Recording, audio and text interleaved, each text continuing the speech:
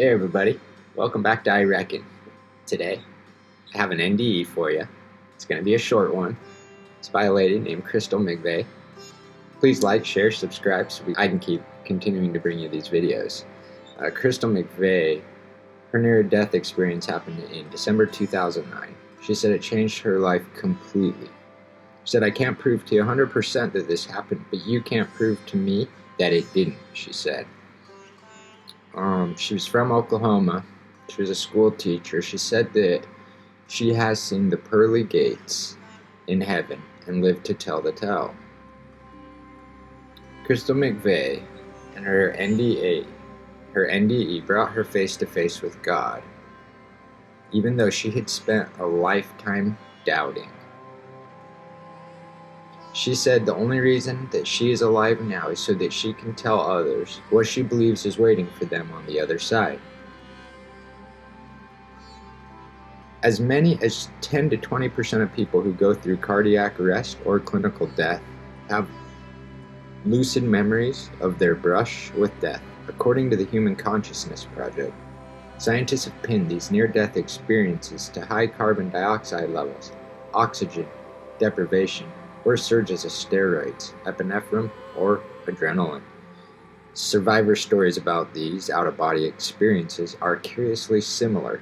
There are bright lights, tunnels, and nebulous beams.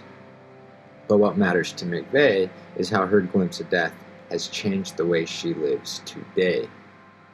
So McVeigh, she was being treated for pancreatitis in 2009 when an unexpected reaction to pain medication caused her to stop breathing. And she wasn't able to figure out exactly what happened to her body, but she knows that her heart had stopped. Her mother screamed for help, and medical staff rushed to her side, shouting, "Code Blue." Nurses pumped oxygen into her body and performed CPR to try to revive her. During the next 9 minutes, she was dead. And McVeigh says she was far away from the panic that descended in her hospital room. When she closed her eyes on earth, she said that she had opened her eyes in heaven. And, of course, all of the usual details were there, such as lights, the tunnel, pearly gates, and angels. But in her experience, what really stuck out was being in the presence of God. She said she could see, smell, taste, touch, and hear him with more than 5 senses she had on earth, but she could speak to him without words. I didn't see the human form of God, she said. I didn't see hands and feet and a face. I just saw the most beautiful light. What I know now is that I experienced his presence. McVeigh said she used to think of God as a cruel and authoritative father figure, but she said that during her religious experience, she was able to understand truths about Christianity that she had always questioned.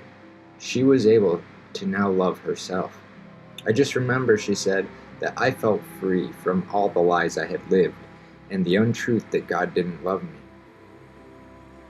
McVeigh, after she was revived, said she was reluctant to come back into an earthly consciousness, but she couldn't forget God's last words to her. He told her to tell them what you can remember. She spent years trying to grapple with this request. McVeigh wasn't much of a public speaker, but was certain that some people would think that she was extremely crazy, and she struggled with herself to come to terms with her past, the abuse that she suffered as a child, the abortion she chose to have as a teenager, she said, and no one in her family knew about the secrets that she had kept for years. Still, though, she decided to pen a memoir, Waking Up in Heaven, describing her experiences, and sure enough, she did face strong backlash. She said, I got bashed for being a Christian, and I got bashed for not being Christian enough. But the criticism hasn't held her back.